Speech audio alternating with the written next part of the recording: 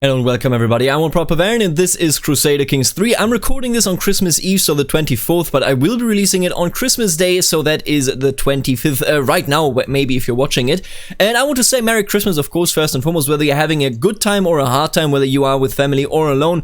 Just know that the stretch of 2020 is now coming to an end, and I think we can all look forward to a bit of a different year coming for us. Hopefully the roaring 20s, the golden 20s as we call them in Germany, will actually start to commence after this, but either way, all I want to say, Merry Christmas, and let's jump into this, because what we are going to be doing now here today is essentially something that I haven't done on the channel for a long time, just an actual consistent playthrough. We're going to be playing Godherja, the Dying World, an absolutely impressive and amazing total conversion mod that has way more content than any mod ought to have after just, what, 3.5 months, maybe even 4 months almost, after CK3 was released. This is entirely original as well, so there is no book series, no movie series, no, series that you could be watching anywhere. This is just entirely for CK3. It exists in this scenario and it is an amazing piece of work thought up by Pink Panzer and his team. You may have heard of him as well. Now, with that being said, it is available on the Steam Workshop. You should definitely check it out if you have the chance, and I recommend playing it because,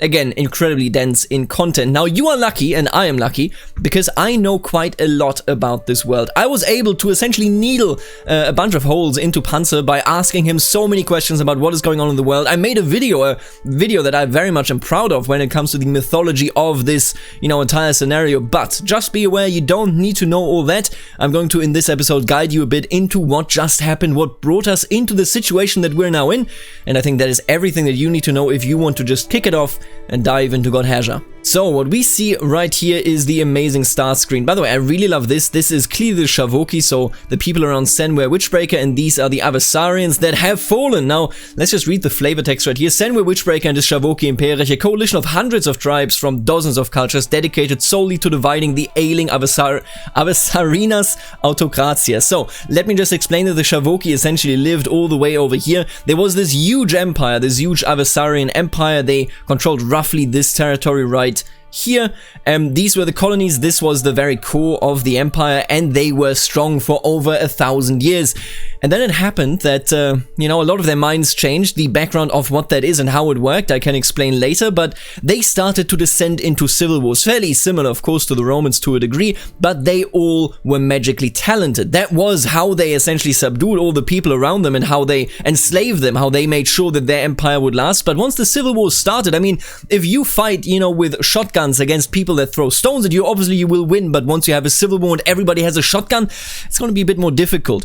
And in the midst of this civil war, there was a very powerful claimant to the throne named Ace Grace. He still exists, by the way. Very, very hard playthrough. He's hated by everyone, very old, and has no friends whatsoever. He lives right there.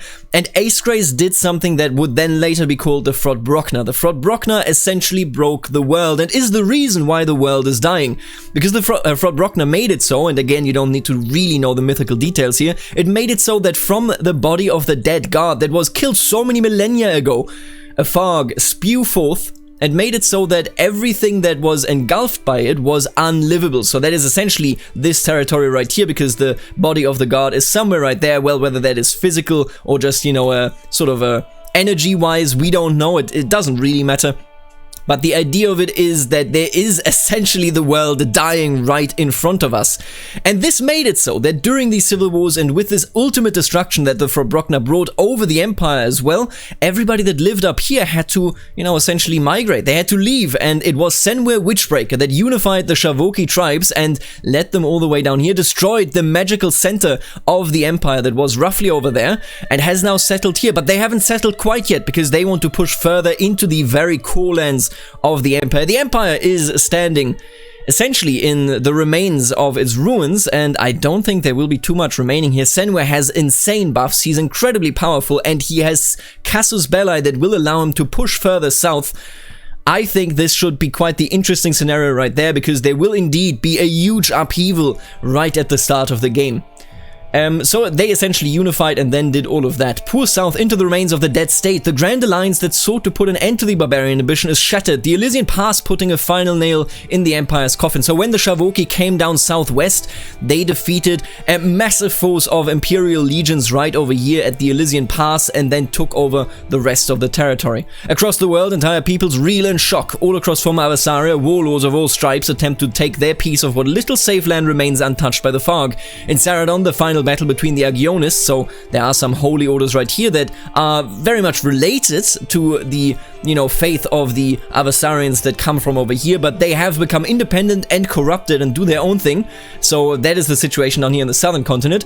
And the native Saradonians continues, and in the marches are this, so this is the Saradonians, of course, Harta or Ibn Saradon, that should give it away, and these are the marches. They have never been conquered by the Empire because they had very viable and very strong anti-magic, availabilities, so they were able to fend them off simply with military means. In the marches, the children of the missing High King Godfrey Tier Chevalier part in their battle to secure the Broken Crown. Now we are going to play, just look at this, we're going to play the coolest character, Nikanoneos, the Black Son of Calatisomon. There's only war to the Black Sun. His life one long battle he has fought from his homeland in the Far East, so he is a colonial. Everything that was over here in the backwater lands, essentially, of the continent were colonies for the Empire, and he was born there, and he is actually half, an actual Avassarian, and he is half Shavoki. To the mountains of the marches themselves, his home swept by fog, its last remnants now settled by barbarous scum. Nikanoneos is a man with nothing left to lose, so he shall win it all. The only man to defeat Senwa in open battle, the only Avassarian to command a legion of the barbarians themselves, it is only right that his men revere him as divinity. But divinity is not enough, for it will take true genius to reforge Avassaria. Nikanoneos is similar to most Avassarians, quite the antagonistic character. He's very ambitious, he's quite narcissistic, you could even say. He was born while the sun was blotted out by the moon, and he said that this was the case because, the gods had to help him being born, or I don't think he said the gods, but just the powers that be had to help him in being born. Now he stands here and he stands fairly alone. He has Shavoki vassals, he has Imperial vassals, and he stands against Senwa, he stands against the Marchers. This will be an interesting campaign, a very difficult campaign, and I plan in actually taking them down. Our enemies, of course, I'm talking about the Shavoki. I'm not that interested in the Marchers. If if push comes to shove, of course I will also oppose them, but as I will always roleplay, I still have a main goal, and that is simply the restoration and the recognition that Nikanoneos is the one true emperor. Now I just want to take a quick look at the game rules. We're going to go with significant for everybody. I think all of this is fine. Gender equality, regional heresies. Let's do default. I don't know what strict would really look like here, primarily because I don't know what Pink Panzer planned for the individual heresies and where to pop up. Diplomatic range, let's restrict it. Why shouldn't we? Actually, you know what? Let's do default here, actually. Culture conversion. Honestly, let's just leave it at default, mostly because I don't know what Pink Panzer actually intended when it comes to how to play. The Euro requirement on that is fine. What I am very interested in is right here, the Fog Eater invasion. So in the fog that has spewed forth and that has pushed the Shavoki out of their homelands, there are some people that remain. They went insane. We can read the flavor text for that in just a second once we're in the game. They went insane, and eventually they will essentially play the role of the Mongols. They will attempt to invade, and as I understand it, they are incredibly powerful. Senwa himself is getting a boost. I could disable that, but I want him to take the Southern Empire. It is very important that that happens story-wise. The Adabis invasion, honestly, I don't quite know what that is. Let's just have it happen. Shavoki Imperich, as intended, the Shavoki Imperich exists at start. Oh, could I just destroy that? No, thank you. Okay. Opening events, absolutely, and story content, absolutely as well. Let's do this. Oh, I'm incredibly excited. I can tell you that much, because I love this mod and I love finally doing a playthrough again. I haven't done one in so long. Let's read the story event here. The Black Sun of the Ebony League. Life is war. From the moment I was born, war is all I have known. From infighting across the colonies as the fog swept over the lands in my childhood to fierce fighting the Shavoki hordes after, nothing besides war. A first battle at 11, a first kill not long after, and a blood-soaked path from my homelands in the Far East. So again, he stems from roughly over here.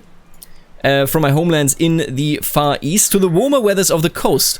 Bodies the whole way. My life has been war, and it has brought me here, a final stand. The marches in the Shavoki have left me scarred, have left my people scattered, but for the final battle they gather. My men, for their part, acclaim me the worldly representation of the purest, that is the god that the adversarians revere, for despite my lack of magical ability, the first men themselves heralded me from my cradle to my command post. The purest himself crowned me with shaking hands. I am the Black Sun, the autocratia of the north, and if I am to die, then they shall know my name before I do. Okay, so here's the thing, Nicanor, very strong character. You can see that here in his stats, 29 martial, he has 18 prowess, absolutely excellent. He is also disfigured, which is why he is wearing that mask. He, of course, formed this mask into a bit of a ritual situation where he said, no, listen, I need to have a mask, but let's make it like the sun so that I can be the sun, quite literally. He had a grand coronation. Nicanor celebrated his coronation with a grand ceremony. This is actually interesting, because this game does not have coronation, it doesn't have magic, it doesn't have artifacts, and yet Godherja already has all of that. It is insane how they implemented that so quickly. Now, I will focus without a doubt on Martial. I think Overseer is fine. We arrived in our position in the mountains right here only fairly, not that long ago, because we took it over after we won that one battle against Senwe, where nobody else was able to win, and I think we should focus on strategy. I don't want him as somebody that does any duels. Instead, I would like him to be a perfect commander if we could make that happen. And also, by the way, let me just turn off these tooltips, yeah?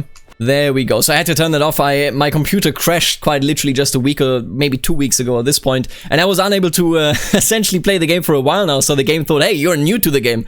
I'm not new to the game. Now, I want King Nicanor, the Black Sun, of course, to find a wife, and as you were able to read, he doesn't have any magical potential, but he would love to have some magical potential. It's very important at the end of the day, because the closer your magical power is, the more I can explore the magic system. It is still rudimentary. There's still something to be worked on, but I still want to see what we can do with it.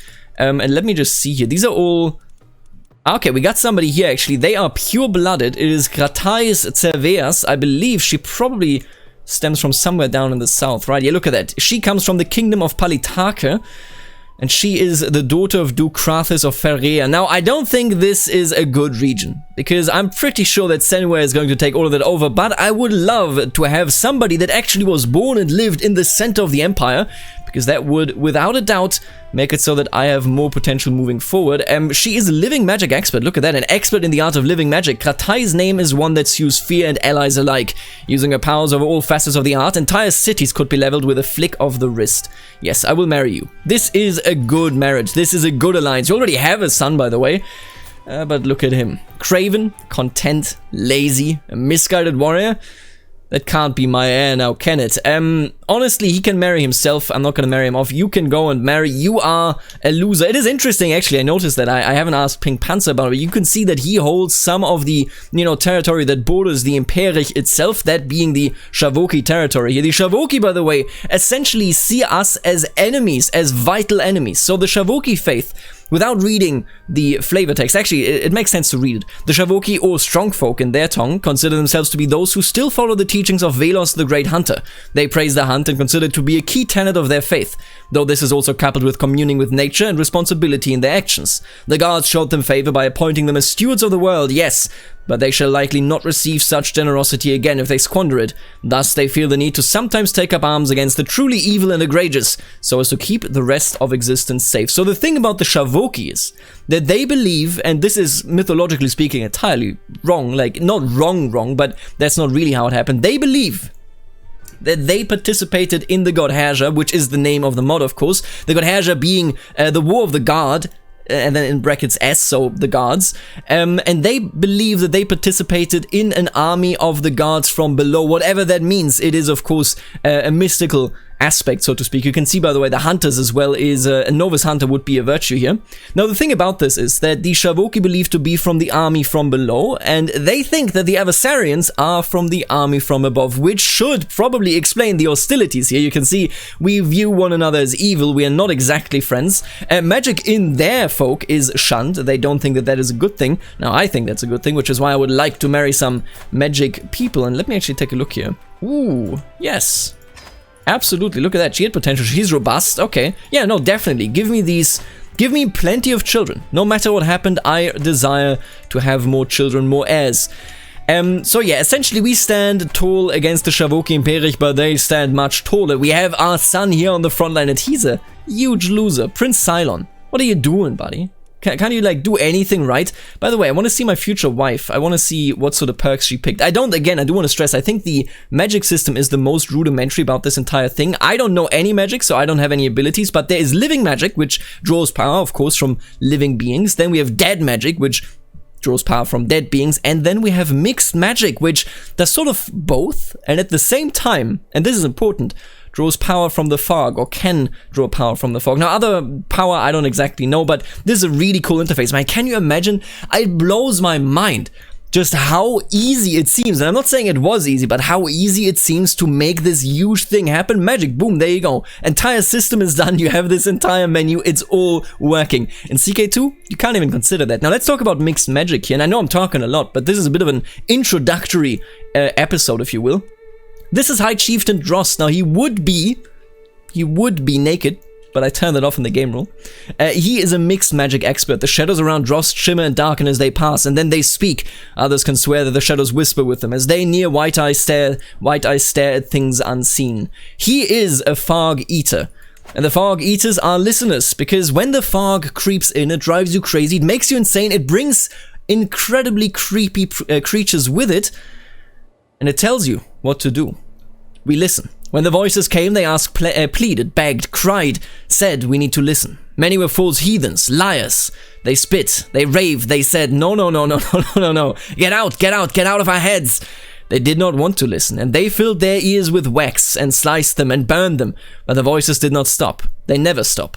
They died in blood. So he's talking about what happened to people that would not adhere to listening. We listen because we were the good, the faithful, the loyal, the strong, the wise, the clever, who heard the voices and said, yes, we will listen to you, but we cannot listen until you speak to us, so speak to us. They told us of the Mist Mother, and they led us to the Mist Mother, who spoke to us and told us things. She told us many, many truths, and how we must obey, or the voices will say horrible things, awful things, blood-curdling, screaming, eye-gouging pain. And now we obey. But we must listen, because if we cannot listen, then the Mist Mother cannot tell us how to obey. I'm telling you straight up. I don't like the Fog Eaters. You can see this, by the way. I love this visual effect. This mod is so good. Seriously. Godherja is so much further in terms of development and what is possible in it than it has any right to be. But I don't wanna screw with the Fog Eaters. I'm very happy that we got these Shavoki here in our way. For the moment, essentially what I want to focus on is a bit of a regional policy. You can see the marchers here are disunited, but we can't, I mean, we could fight them, but they are very good in defending against magic, and we are excellent at magic, so doing an incursion against them could be a bit more difficult. You can see it right here. We have the Arcane Auxiliaries, experts in their chosen school of magic. The deployment of Magi into combat can turn a simple battlefield into an ocean of fire and death. Look at this! Oh my god, compare this, I don't know, to an armored footman. Look at this! But again, at the same time, heavily countered by the anti-mage units. Let me actually see, I think we can check that out. The anti-mage units, there they go. Nope, that's not what I meant. Anti-magic combat techniques allows you to use the silencers, and look at that, oh my god, yeah, they get rid of the Magi and the undead. Maybe the marchers are what we need to defend against the Fog Eaters. Whilst the world, oh no, actually, right, oh sorry, my bad. So they are able to defend against the undead because they have the liches to their north. You can see there are some outposts here from the marchers. We're not certain why the liches would allow these outposts. The liches, you know, do a lot of infighting as well, but in general, you know, maybe this is just for a steady supply of human bodies. I mean, just look at this. Oh my god. I love this map. I really love this map. It's so creepy. Now that being said, let's take a look at our actual starting position. We are sitting in the mountains. We have 3,000 troops, which is pretty good. We're an excellent character. We adhere to the Avasarinas Agiocratia. Avasarinas Agiocratia, or Imperial Humanity, is the term used to summarize what was once the official faith of the Empire. Its centers of power fractured by the Front Block. Now, we talked about that beforehand with the Civil War and then Ace Craze doing his thing, and its believers are threatened by bloodthirsty heathens spilling over its borders. The faith is under great strain, and disconcerting numbers of its followers have turned away from orthodoxy in hopes of seeking answers. Now, you can see that here as well. There is a bunch of different religions when it comes to the Agiocratia faith, they all turned, you know, to some cults, they turned to some leaders. For example, we got some Ace Greyism, nobody follows that, but we got some Axiaoteism right here, and Axiaotea was the enemy of Ace Greys that made it, so that he went and did a nuke, essentially. So we are essentially part of a fallen faith and culture, and just, oh my god, just look at this. We are like, we have half of the, or we have some parts of the actual Lich territory up here, which is just disastrous. What I would like to do, I think Nikanuneos knows that it is important to respect the people that serve him, but, and this is important, some of the people that serve him, not you, but probably you, because you don't like, nope, you just don't like me, okay. Nope, you also, nope, here we go. Oh god, okay, they just hate me. There are some people here, okay, I know this fella here, for example, I think he is as well, and then she as well. Some of these fellas are actual Shavoki, and as I established earlier, the Shavoki think that we are from the army from below. Now that means, if they want to serve me, they hate me. I can't have that, so I'm going to ask every single one of these right away to convert. If they want money, I should be able to pay, and I'm definitely willing to pay, because while I accept that they are Daukeni, which is a part of the Shavoki culture group, I don't accept that they say that I am an enemy that they need to purge. No, we need to cooperate under the Avasarian idea. Okay, so far, so good. We can change, right? This is our son. I don't care about his contract. Don't worry about it too much. He's not going to inherit anyway. I'm in line to inherit a bunch of titles. I assume those are my vassals? Where are you? Yeah, these are my vassals. Okay, so I could kill them, but I will be a good lord. Now, my son, you know what? We will get an alliance just because that will make me seem stronger. Prince Cylon can marry, can take care of that himself.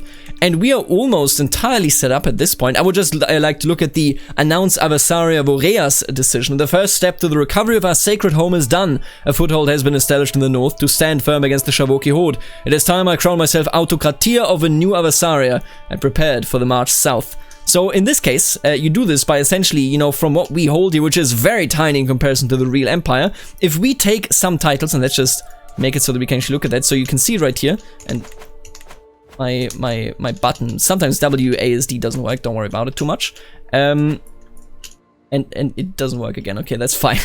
You can see right here, either we conquer territories that are further towards the empire, where it once was, or we move, as you can see right here, into the Marcher territory. Now, I'll be honest with you, I don't really want to do anything against the Marchers here. You technically aren't Marchers, actually, let's not get lost in the details here. Are we evil? Oh, we are, huh? Oh man, this is an even worse position than I originally thought, my god. Okay, so here's the plan. Let's try to convert them. We do have the Mask of the Black Sun, of course, gives me some prestige. Let's utilize that. And let's just carry on, I guess. I don't really want to go on a pilgrimage. Let's just try to make some things happen here. My liege, my faith is too strong to be swayed. Okay, that's not good news. That's very bad news. My son does want an alliance. I like that. Oh no, okay, I think we're gonna have a rebellion at our hands here. Yeah, none of them converted. None of them converted. Yeah, you will be joined with my daughter Kratais in holy matrimony. Beautiful. We are now married, and let me just take a look here. I should be able to see, right? You can see there's a new tree because she has magical potential. And she must have unlocked something. And no, nothing. Okay, I don't know whether she is going to unlock anything. You can see this is unfinished. You know, that is just what it's like to have a mod in the works. I do think there are spells, though. I don't think I can utilize her because she is on her own. But I gotta tell ya, I don't like that everybody refused. Everybody refused. Yeah, look at that. To convert. That doesn't make for good vassals. I'll say it outright. That does not make for good vassals. Now he's unhappy. If I change this law, I can, you know, retract vassals, I can revoke titles, but I will not be able to actually revoke titles of somebody of a different faith, am I? No, that is, oh, is that governed by religion, man? I haven't played in a while because of my computer dying. I think I can just revoke it, right? Yeah.